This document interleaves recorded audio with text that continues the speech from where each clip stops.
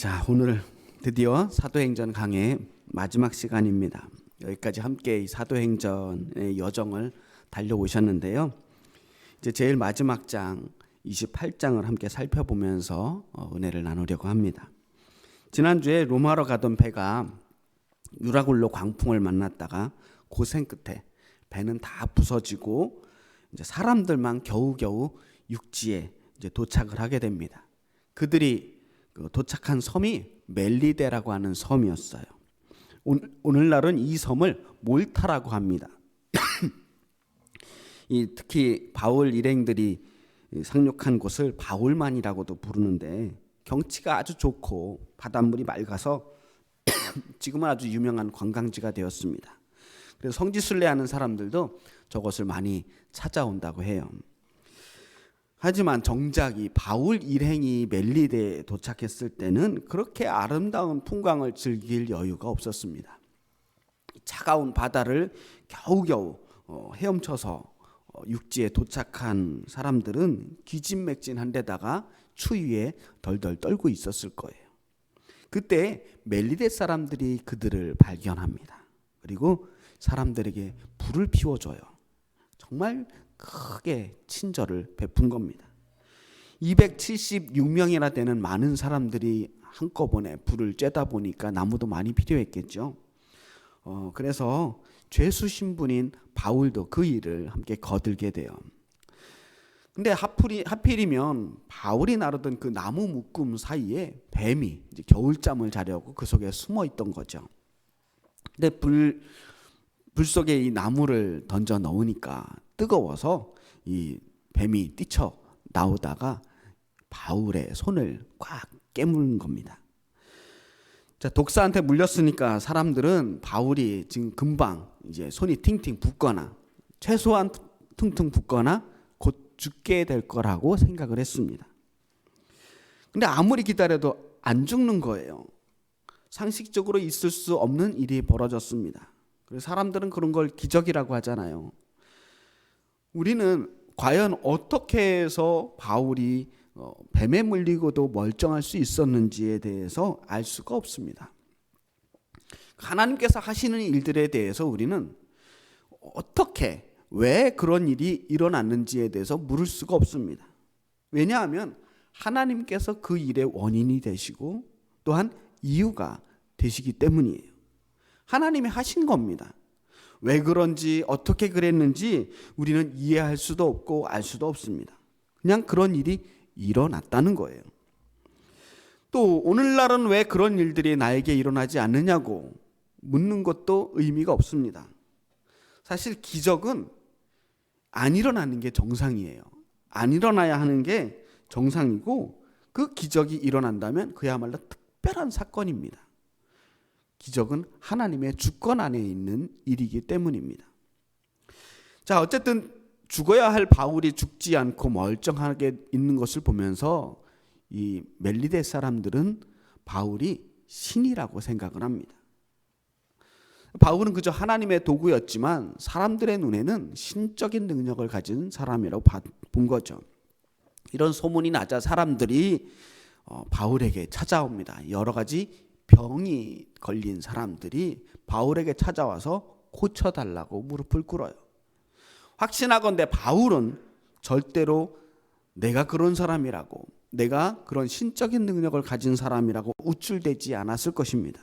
오히려 이런 하나님의 능력을 힘입어서 더욱 이것을 기회 삼아 더 열심히 복음을 전하고 하나님께 영광을 돌렸을 것입니다. 그렇게 바울 일행이 멜리데에서 석 달 정도 지내면서 겨울을 나는 동안에 그 지역 사람들에게 바울은 열심히 복음을 전했어요. 그리고 함께 온 모든 일행도 바울 덕분에 이 마을 사람들에게 풍성한 대접을 받으며 겨울을 나게 되었습니다. 봄이 오고 다시 남쪽에서 바람이 불어오면서 이제 배가 뜰 수 있는 날씨가 됐습니다.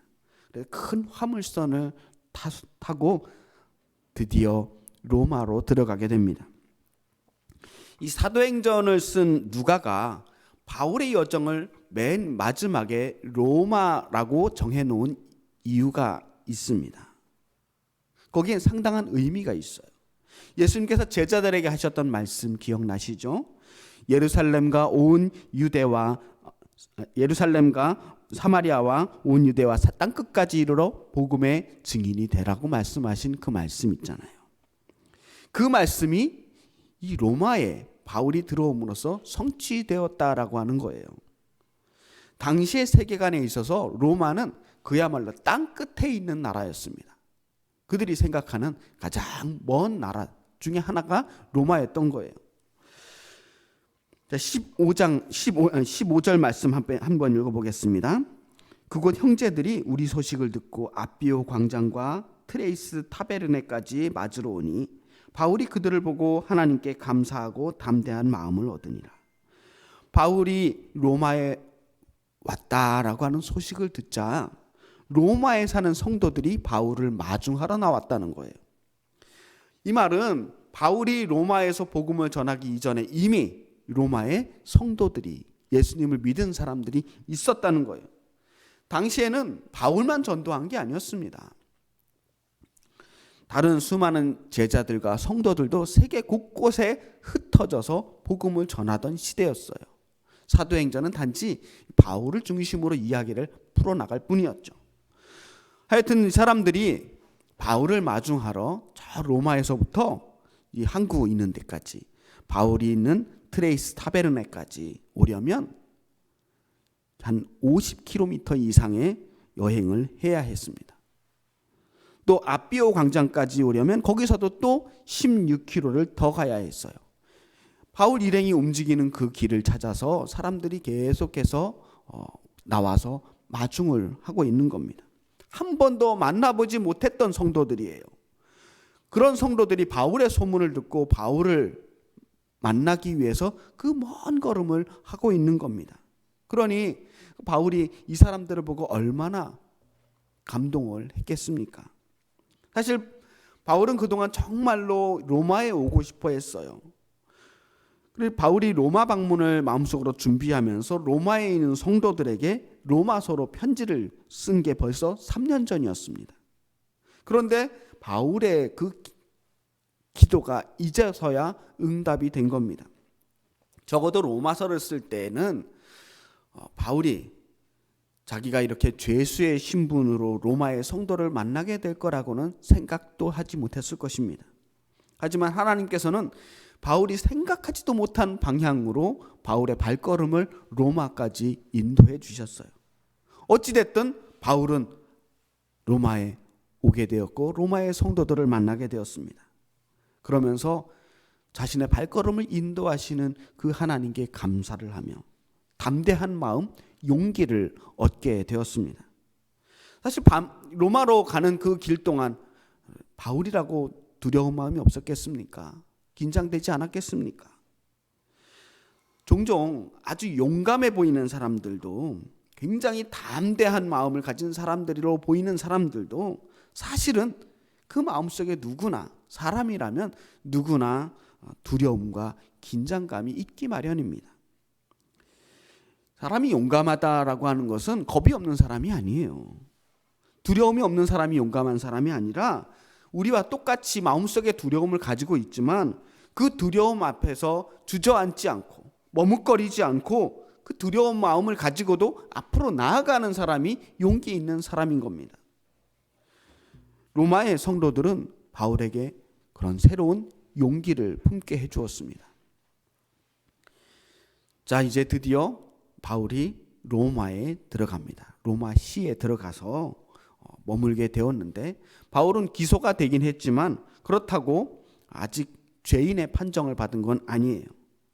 또 죄인은 아니었지만 여전히 자유인도 아닙니다. 아주 애매한 위치에 있는 거예요. 베스도가 황제에게 정확하게 뭐라고 써서 바울을 기소했는지 알 수 없지만 어쨌든 바울은 이제 재판을 기다려야만 합니다.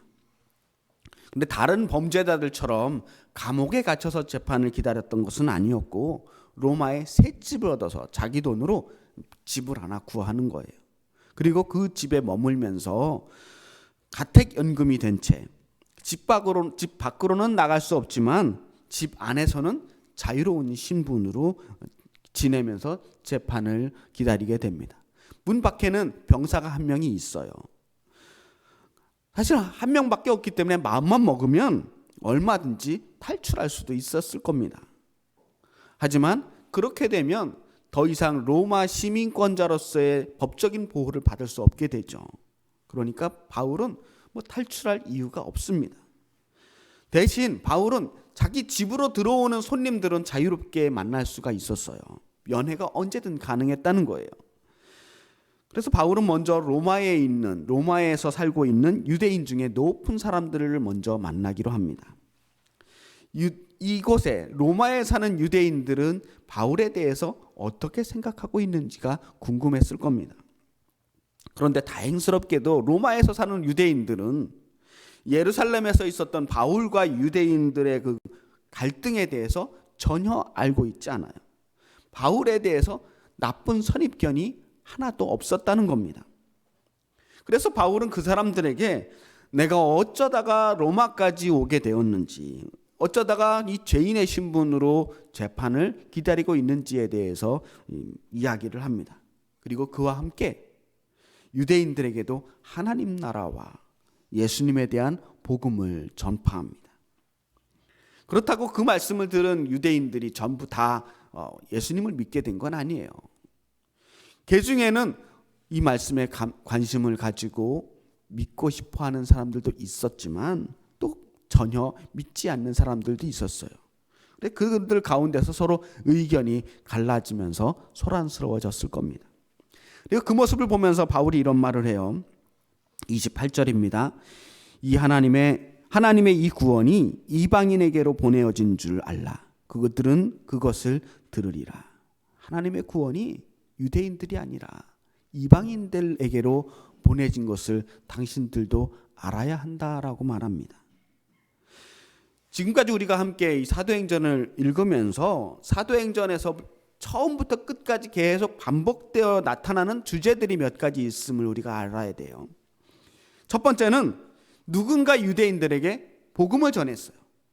두 번째는 어떤 사람들은 그 복음을 듣고 예수님을 믿지만 대부분의 사람들은 그 복음을 거부했다는 겁니다. 세 번째는 주님께서 유대인들에게서 이방인에게로 복음의 방향을 돌리셨다는 거예요. 마지막으로 네 번째는 믿지 않는 유대인들이 교회를 박해했다라고 하는 겁니다. 이 스데반 집사가 처음 순교를 당했을 때부터 지금까지 계속해서 반복되어서 나타나는 패턴입니다. 로마에서도 마찬가지였어요. 자, 그러니까 사도행전을 기록한 누가가 이야기하고자 하는 그 핵심적인 주제 가운데 하나는 이겁니다. 지금까지 하나님께서 이스라엘 백성을 택하셔서 그들을 구원하시고자 하셨는데, 그렇다면 어떻게 해서 이 땅을 구원하실 메시아 그리스도의 복음이 이방인에게로 전해지게 되었는가? 그것은 이스라엘 민족이 그리스도를 거부하고 하나님의 구원을 거부했기 때문이다. 거절했기 때문이라고 하는 이야기를 하고 싶은 거예요. 우리 오늘 마지막 절을 한번 읽어보겠습니다. 30절, 31절 말씀입니다. 우리 한 목소리로 같이 읽어볼까요? 자, 시작. 바울이 온 이태를 자기 셋집에 머물면서 자기에게 오는 사람을 다 영접하고 하나님의 나라를 전파하며 주 예수 그리스도에 관한 모든 것을 담대하게 거침없이 가르치더라. 네, 아멘. 바울이 그 로마의 셋집에서 2년 동안을 머뭅니다. 아무리 그래도 재판 기다리는데 2년을 기다리는 건 좀 너무 길지 않나 싶어요. 왜 그랬을까? 바울의 재판이 그렇게 까다롭고 복잡한 문제라서 그랬을까요? 그건 아닌 것 같아요. 로마가 너무나도 거대한 제국이었기 때문에 그렇습니다. 제국이 너무 크니까 이 나라 저 나라 구석구석에서 로마로 가지고 오는 사건들이 너무 많은 겁니다. 바울처럼 로마 재판정에서 사건을 좀 맡아달라고 가지고 온 사람들이 로마에 지금 줄을 서 있는 거예요. 그러다 보니까 재판 차례를 기다리는데 2년이나 걸렸다는 거예요. 근데 2년이면 어떻고 3년이면 어떻습니까? 바울에겐 그게 중요한 게 아니에요. 지금 이 자리에서 자신의 사명을 잘 감당하고 있는 중이라는 겁니다. 갇혀 있으면 어떻고 자유로운 몸이면 어떨까? 내가 로마에 와서 로마에 있는 사람들에게 복음을 전할 수 있다면 그 또한 감사한 일이라는 겁니다. 중요한 것은 내가 지금 어떤 상태에 있느냐가 아니라 내가 지금 무엇을 하고 살고 있는가 하는 것입니다. 바울은 어떻게 지내요? 하나님의 나라를 전파하며 주 예수 그리스도에 관한 모든 것을 담대하게 거침없이 가르쳤더라 라고 합니다. 지금까지 하던 대로 자신의 사명을 감당하고 있는 중입니다. 거기 머무는 2년 동안 수많은 사람들을 초청해요. 그리고 그들에게 복음을 전합니다.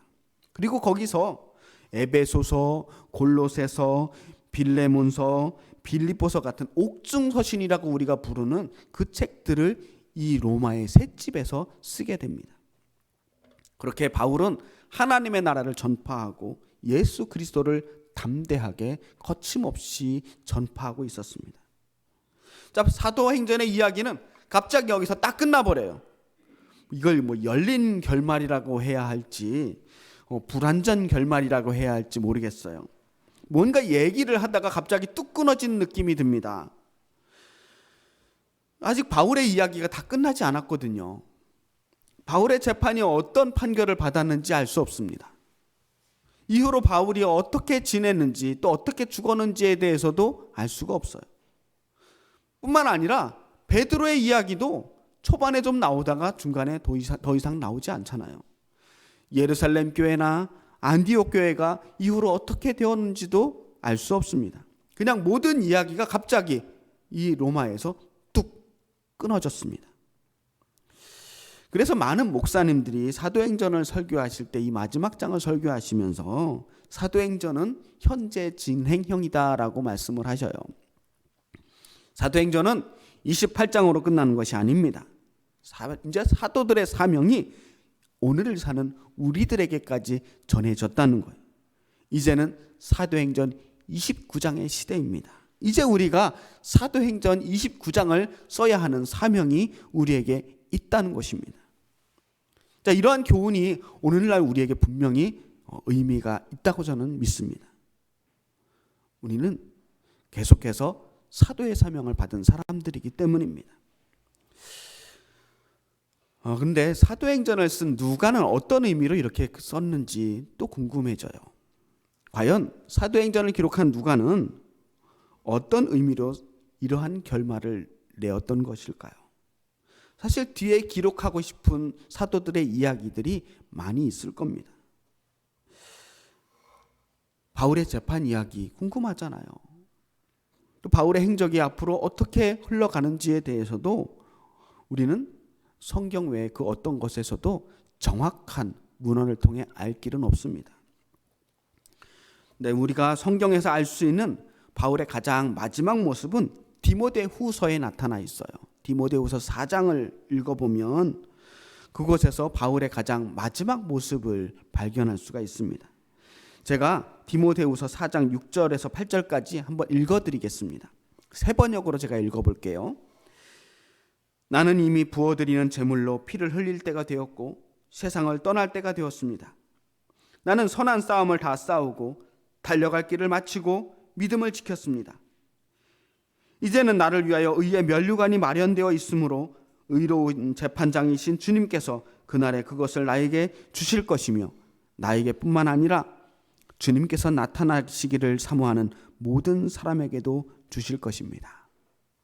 디모데후서에서 바울은 이미 사형 선고를 받고 죽음을 기다리고 있는 모습입니다. 우리 전승에 의하면, 전해 내려오는 이야기에 의하면 바울은 로마의 황제에 의해서 사형 선고를 받고 목이 잘려 죽었다라고 합니다. 또 이와 비슷한 시기에 베드로도 선교를 하다가 순교를 당하게 되는데 베드로는 자신은 예수님처럼 그렇게 똑바로 십자가에 매달릴 자격이 없다며 거꾸로 십자가에 매달려 죽었다고 합니다. 지금 바울이 로마에 잡혀 있을 때 바울을 재판했던 황제가 누군지 혹시 아실까요? 너무나도 유명한 황제입니다. 바로 네로 황제예요. 바울이 로마에 잡혀갔을 때가 서기 60년 정도 됩니다. 그리고 그때 가택연금 2년을 마치고 났을 때가 62년이 되겠죠. 그리고 정확하게 바울이 언제 처형을 당했는지는 알 길이 없습니다만 확실한 것은 바울이 이 네로 황제 때 순교를 당했다라고 하는 것입니다. 네로 황제는요, 서기 64년에 로마에 큰 대화재 사건이 일어나는데 이 화재 사건에 희생양이 필요했어요. 워낙 국민들의 정서가 불안하니까 누군가를 희생양으로 몰아서 이슈를 다른 곳으로 돌리려고 했던 것이죠. 그래서 기독교인들을 희생양으로 삼았습니다. 이 화재의 배후에 기독교인들이 있다. 그런 핑계로 당시 로마에 살고 있는 수많은 기독교인들을 잡아서 죽이게 됩니다. 아주 그야말로 광기에 어린 네로 황제는 온갖 기상천외하고 잔인한 방법으로 기독교인들을 학살합니다.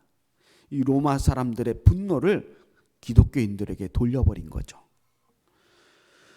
이 기독교에 대한 박해는 로마의 네로 황제에서만 끝난 것은 아닙니다.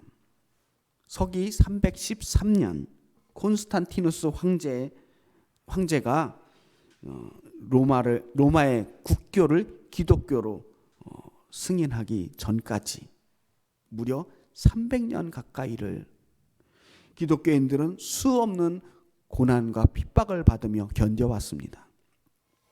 무려 300년 동안 이 초대교인들은 믿음 때문에 말할 수 없는 고난과 죽음을 당해왔다는 거예요. 300년 정말 긴 시간 아닙니까? 수많은 사람들이 태어나면서부터 죽을 때까지 평생을 기도했어요. 하나님, 우리를 이 고난에서 건져 주시옵소서. 그런데도 그들의 현실은 조금 더 나아지지 않았어요.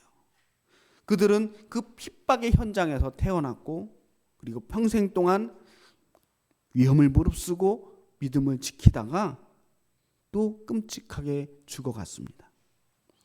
그런데 정말 놀라운 것은 그렇게 극심한 300년간의 핍박 속에서도 기독교가 사라지지 않았다는 거예요. 오히려 성도들이 늘어갔어요. 점점 더 많은 성도들이 그 핍박을 무릅쓰고 믿음을 선택했다는 겁니다. 예수를 믿으면 복을 받는다라고 하는 말은 적어도 초대교인들에게는 통하지 않는 일이었어요. 그들은 예수를 믿는 순간 모든 복을 버렸어요. 믿음 때문에 죽을 줄 알면서도 그들은 믿음을 선택했습니다. 그만큼 그들에게 있어서 믿음은 간절하고 절실했습니다. 목숨과도 맞바꿀 만한 것이었다는 거예요. 그들은 박해를 받다가 혹시 고문을 받다가 죽음이 두려워서 예수님을 부인할 것이 두려워서 자신의 몸에 십자가로 문신을 새기는 일들이 많았대요. 혹시라도 내가 그리스도인이 아니라고 이야기하는 죄를 범할까 봐. 그렇게 목숨을 걸고 믿음을 지킨 사람들이 있었기 때문에 오늘 우리도 이 복음을 만날 수 있게 된 거예요. 사도행전은 부활하신 예수님이 성도들에게 성령으로 임하여졌을 때 그들이 얼마나 뜨겁게 복음을 믿고 전하게 되었는지를 보여주고 있습니다. 스데반 집사가 돌에 맞아 죽고 예수님의 제자 야고보가 칼에 찔려 죽었습니다. 그렇지만 오히려 그 일들이 복음을 예루살렘에서 벗어나서 온 사마리아와 온 유대와 아시아와 유럽으로 저 로마까지 땅끝까지 전파되었습니다. 그리고 유대인들의 복음이 오늘 우리의 복음이 되었고 아브라함과 이삭과 야곱의 하나님을 오늘 우리가 나의 하나님이라고 고백하게 되었습니다. 우리는 지난 34번의 사도행전 설교를 통해서 사도들이 걸어왔던 그 길들을 함께 따라왔습니다. 사도행전을 기록한 누가는요, 이 책을 읽는 수신자 데오빌로라고 하는 어떠한 사람을 뿐만 아니라 함께 있는 모든 성도들, 고난 가운데서도 목숨을 걸고 믿음을 지켜오는 그 성도들을 위로하고 있습니다. 그리고 그 사도들의 발걸음을 따라서 어떻게 해서 복음이 여기까지 전해질 수 있었는지를 알려주고 있습니다. 왜 이스라엘의 하나님을 나의 하나님이라고 고백할 수 있게 되었는지, 왜 이방인들인 그 다른 나라에 사는 이방 백성들이 이스라엘의 하나님, 낯선 땅에 있는 그 이름 모를 하나님이었던 그분을 나의 하나님으로, 나의 구원주로 고백하게 되었는지를 설명하고 있습니다. 그리고 초대교인들에게 전파된 복음의 핵심이, 메시지는 너무나 간단한 것이었어요. 예수는 그리스도시요 살아계신 하나님의 아들이며 그가 우리를 위해 죽으셨고 우리를 위해 부활하셨다라고 하는 복음이었습니다. 이 말씀을 들은 사람들이 그것을 단순한 사건으로 받아들이지 않고 복음으로, 복된 소식으로 받아들였다는 겁니다. 나를 위해서 예수님이 그 일을 행하셨다고 믿었던 거예요. 그리고 그 복음을 믿는 순간 그들은 유대인들에게도 로마인들에게도 욕을 먹고 수없이 매를 맞고 옥에 갇히고 죽임당하는 것을 보면서도 그 믿음을 포기할 수 없었습니다. 오히려 그렇게 고난당하는 것을 당연하게 여기고 기꺼이 받아들였습니다. 왜냐? 그들은 하나님의 나라를 믿게 되었기 때문입니다. 하나님의 영원하신 나라, 그리고 그리스도의 영원하신 사랑을 믿었기 때문이에요. 하나님 나라를 믿는 사람들은 세상의 권세를 두려워하지 않습니다. 그리스도의 사랑을 믿는 사람은 세상의 폭력과 핍박을 두려워하지 않습니다. 내가 당하는 그 모든 고난과 아픔도 넉넉하게 감싸 안으실 그 하나님의 사랑, 하나님의 놀라운 은혜를 신뢰하기 때문입니다. 그것이 초대교인들의 힘이었고 오늘날 또한 이 대단한 세상의 권세를 마주하고 있는 우리 성도들의 힘이어야 합니다.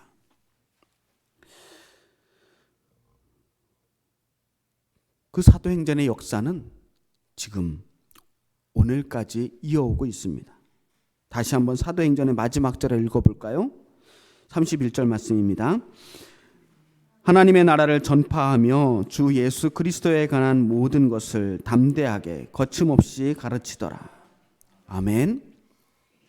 이 말씀처럼 우리도 이 세상에 하나님의 나라를 전파하며 복음을 담대하게 거침없이 가르쳐야 하는 사명이 있습니다. 세상의 권세가 점점 자신의 권세를 자랑하며 뽐내고 있습니다.